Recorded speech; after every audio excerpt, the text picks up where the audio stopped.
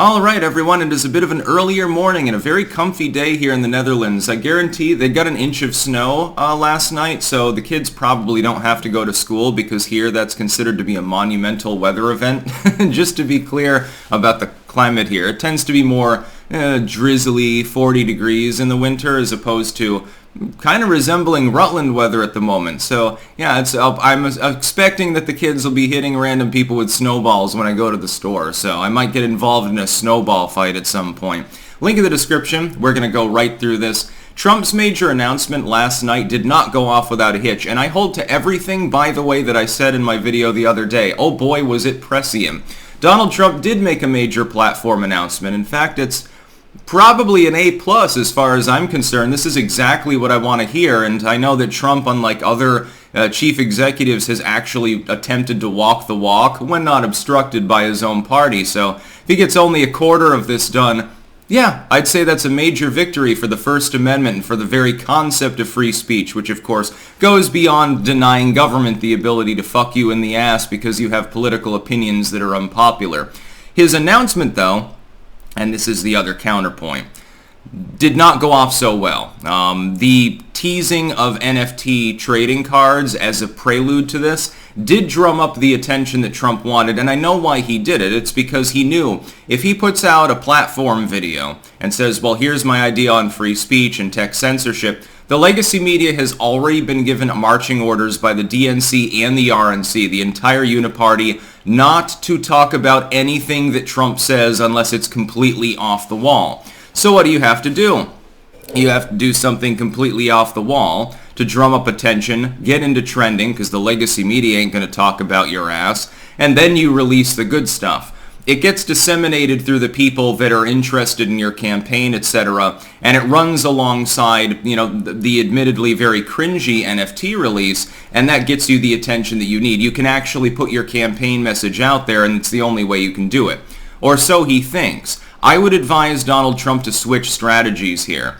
Don't do I launched the crazy NFT thing, gobbling up the media cycle, and then I release the good stuff. Simply get with a few dozen major content creators with a reasonable cross-platform position and disseminate it through them. Get them to amplify it using their organic fan bases. You'll get the same end results without any of the bullshit.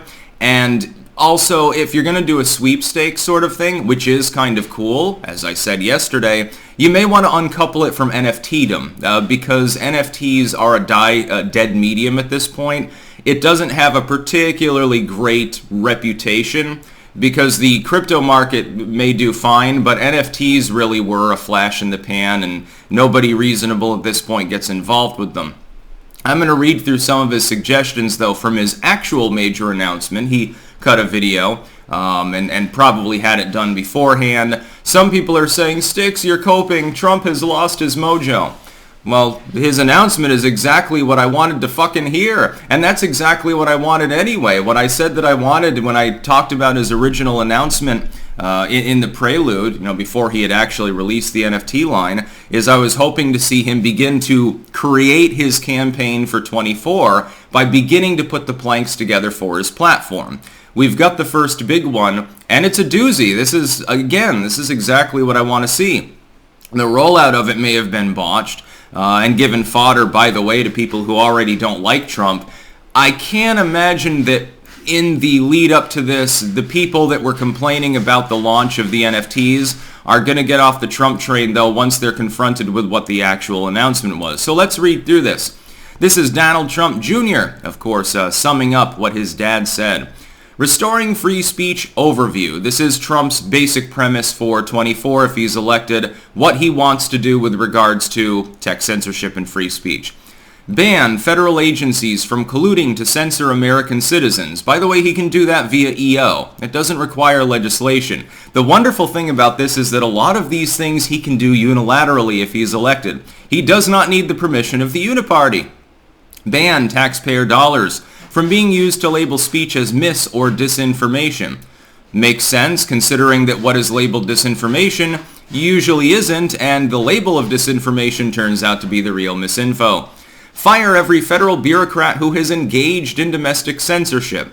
That's more of a throwaway because you have to prove that they were actually involved with that first, and the convolutions of bureaucracy make that difficult. You can probably find some people to axe, though, so that's not as significant, but it is a good idea.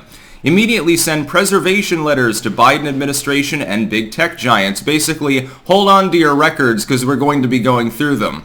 That's important. That could lead to some big revelations. Do you really think that the Twitter files are unique to Twitter and that other sites aren't literally doing the same thing right now? Hell, YouTube has unveiled a new wave of censorship. They're screwing around with their site right now again. I have a feeling it has to do with counterbalancing the socio-political situation on Twitter more than anything else. Very, very sad. Order the DOJ to investigate all parties involved in online censorship regime and prosecute any and all crimes identified. Another throwaway because under current statutory law, probably most of the coercion doesn't rise to the level of criminality. The bigger problem, and I've pointed this out, isn't criminal violations here, it's the violation of the spirit of free expression. When elements of the United States government are explicitly anti the concept of free speech, regardless of whether they're breaking the First Amendment in the process, they should be fired. They should be punished for that. The spirit of our country goes beyond, hey, the government can't tell you what you can and cannot say. That's just the symptom of the underlying premise behind why the First Amendment was specifically ratified. Of course, the founders had no way of knowing that the government would attempt to export the duty of censoring people to the modern public square. Think of the digital space where most people communicate most of the time at this point, and think about the public square for the entire world, not just for the United States, being run by 5 or 6 groups of people. The founders would have considered that de facto government intrusion because those companies are corporations. They're publicly traded. They platform government figures. They take political money. They donate to political groups, etc., etc., etc. Revise Section 230 to drastically curtail big platforms' power to restrict lawful speech. Also a huge one, and exactly what we need. Trump is taking up the exact line that I want. It is exactly what I have suggested. Do not do away with 230 protections. Simply make it clear you are either a publisher of material, and therefore you're censoring lawful speech, you don't get 230 protections, you're saying effectively by doing so, we are capable of moderating everything on our site in real time. So you should open yourself up to lawsuits if there's something illicit or something copyright protected posted on your site. If you do not do that, you're saying, look, we plead 230 effectively. We can't moderate the content, and so you're not allowed to pick and choose what you moderate if it is not unlawful. Fixate on things that are actually illegal under the laws of your nation. In the case of Silicon Valley, of course, U.S. law. Stop federal funding for all nonprofits and academic programs engaged in censorship. That might be a hard sell in the legal sense. It would go before SCOTUS, I'm sure. But you can definitely make the case. It's a good idea to take the case forward, see what SCOTUS says. Suspend federal dollars to any university that is engaged in censorship support activities. Again, that would be pending a legal case. Good idea to go forth with it, but it would have to be hashed out at federal and then at SCOTUS.